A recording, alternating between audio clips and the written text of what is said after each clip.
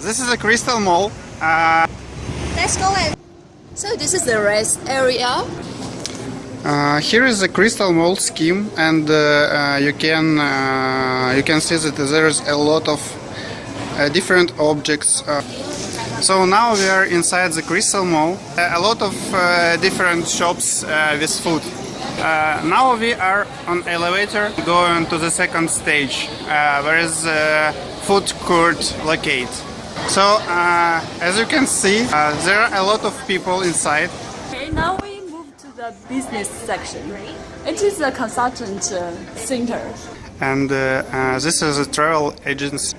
And this is a HSBC branch. In Crystal Mall, you walk along this way, and in the end, you find that you will go back to the same places you start. This is the end part of our journey to the Crystal Mall. Hope you enjoy it. Bye. Bye.